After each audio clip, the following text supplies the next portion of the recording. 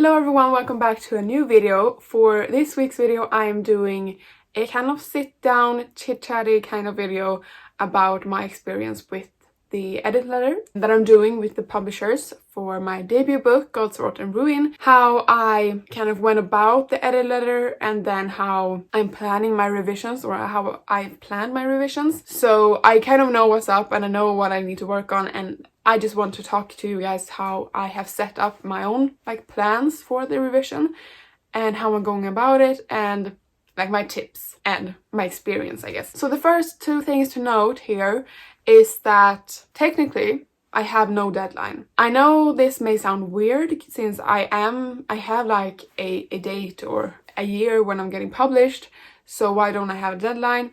And that is because I have been in communication with the publisher and expressed that I was really stressed about the editing and that I would make the book worse and everything like that. So because of this, they didn't want to stress me. I think, this is how they thought.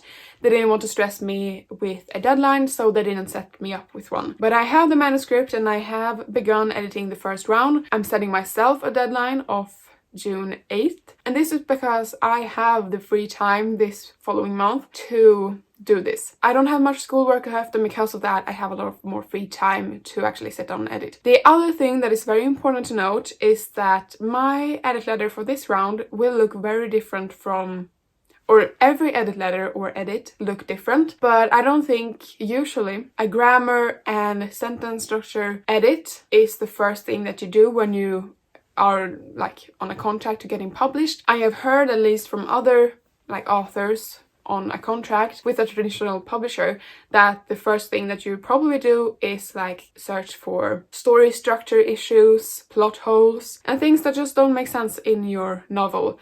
And maybe a character needs strengthening, and maybe this event needs changing, you need to change up order of events or something like that. But my revisions will not look like this for the first round, and I don't know how it will look for the second round. Maybe we will go more in depth of certain events then. But my publisher thought that the first round should be focused on the sentence structure and strengthening overall, because I will talk about why this is the case in a sec. This first revision is focused mostly on grammar and my use of commas, and also a few plot holes. So there will be a lot of plot holes in this revision as well, but mostly grammar and sentence structure issues. So that is the two important things to note before going into the in-depth about this video and what this revision is for me and what my plans are. So let's get into the first step that I did with this when I got back the edit letter.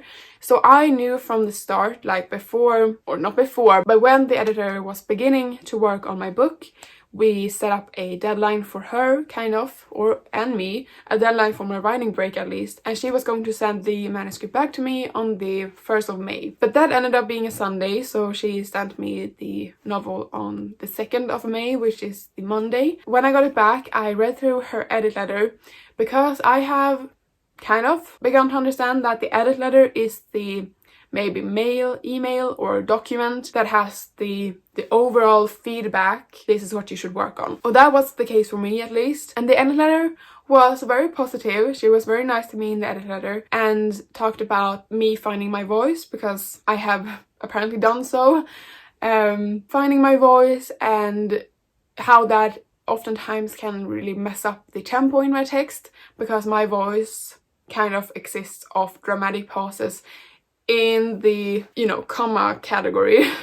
I love using commas apparently, and I haven't really noticed this before, but now I notice. Let's just say that. I notice now that I use commas a lot, and I use them for dramatic pauses in the text to really certain lines to be punchy, and that messes up my tempo because I use that too much. So that was what I gathered from the overall edit letter and what I would be working on. And by then, on May 2nd, I had a lot of things going on. I was sick, so I didn't feel up to the task to tackle the editing the 2nd of May. And I had a lot of exams for school and things to be handed in that week. I just needed to get all of those things out of the way before I went into the editing. So all that week I was homesick, and I worked on all the school stuff that I needed to get done. So I waited for the 5th and the 6th of May to edit the first chapter, which I was done with on the 6th of May. So on the 6th of May I had begun the revision process, and this is really my first step in my plan for this process. And that was to first read through all the comments,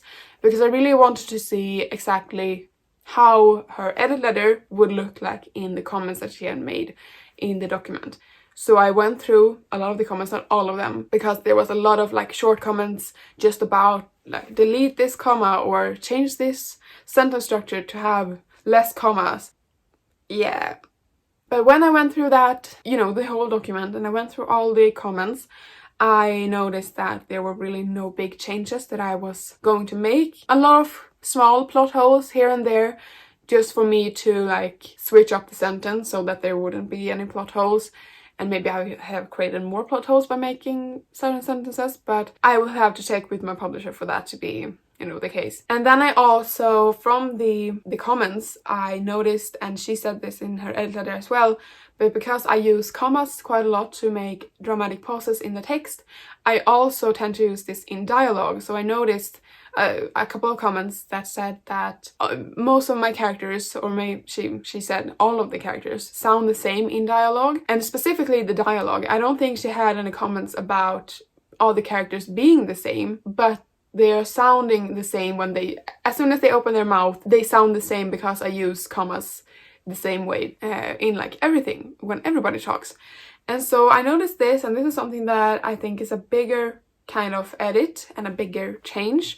So I will have to talk with the publishers, and I have made some comments myself on this topic in the document, and checking with them, I guess, which characters I should strengthen the voice of when it comes to dialogue. When I had went through all of that, just getting an idea of what I should do, I started editing the first chapter. I'm editing all in Word, and this is the thing that kind of created a problem for me. So the plan was for me to like send a Word document to the editor and get a Word document back, and then I would like have it really easy to have like everything in Word. But I made a mistake of sending my book in a PDF file, and so every comment that she made is in a PDF file that I got back, and now I have to sit with double documents, and I have to transfer the comments into the Word document, just because the communication between me and the publisher will be better if I had the comments in one document. Otherwise, I would have done it like separate, but it's not really an issue, because I found that, especially with the first chapter, it made me go through the comments, all of the comments, and go through the specific places where the comments would be in and where I would change things.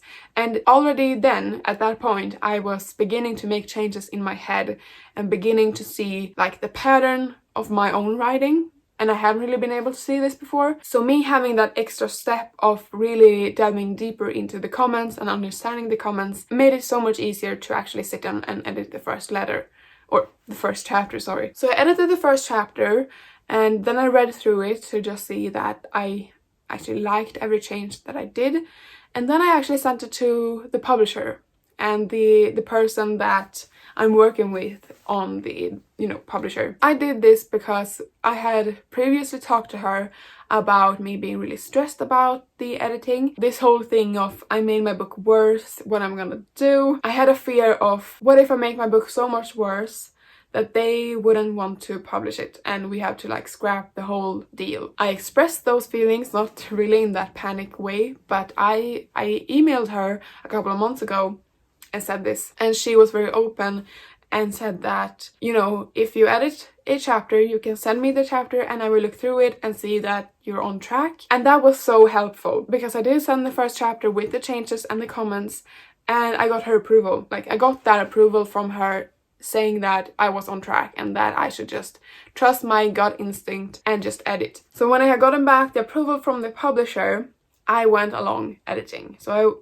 I started to edit the rest of the book, and I need to add that I'm not that far into it, but it's going really well so far. I am, like I said, copying the comments from the PDF and putting them into Word, and that makes the process a bit slower, of course, because I need to do this extra step. But making the process slow is actually quite helpful for me, because that means that I can sit down and actually think about the things that I'm making and trying to understand the comments. I'm really trying to be as independent as I can with the editing, and make choices myself, of course. But at the same time, when there are like bigger plot holes, for example, I am trying to get an option there, like I can change it into this, but I also want to have the approval and another opinion, I guess, from another person of what I should do, what they think I should do, and just having that knowledge of the good communication that I have right now with the publisher, and knowing that, you know, they will look at my comments and they will have a stand on it and they will help me get this book better.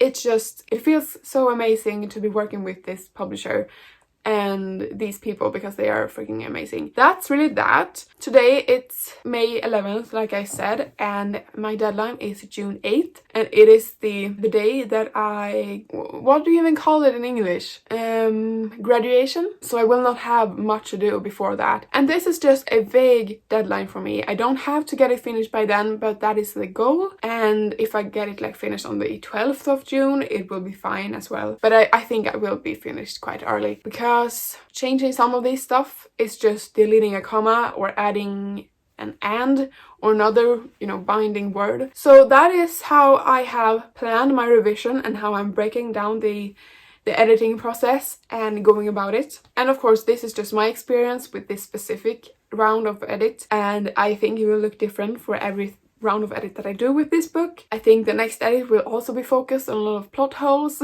I just need to note that and document this, because when I got the edit letter back, and a lot of the comments are commenting on that I have like a poetic language, because I use so much commas and I use so many adjectives and descriptive flowery words, and I have a flowery language. And this is the thing, I hate that kind of language in fantasy books. I tend to like the fantasy books that are not that descriptive and that doesn't use this flowery poetic kind of style, but I tend to do exactly that, and she has commented on a lot of this, and I have that poetic style because I use so many commas and dramatic pauses, and that I am doing the very thing that I hate the most. I am the very thing that I hate the most. I just wanted to document this because I thought it was really funny. But with that said, leave a like and a comment below and let me know what you thought of this video, and subscribe because I post a new video every week, every Thursday, and I'll see you in the next one. Bye!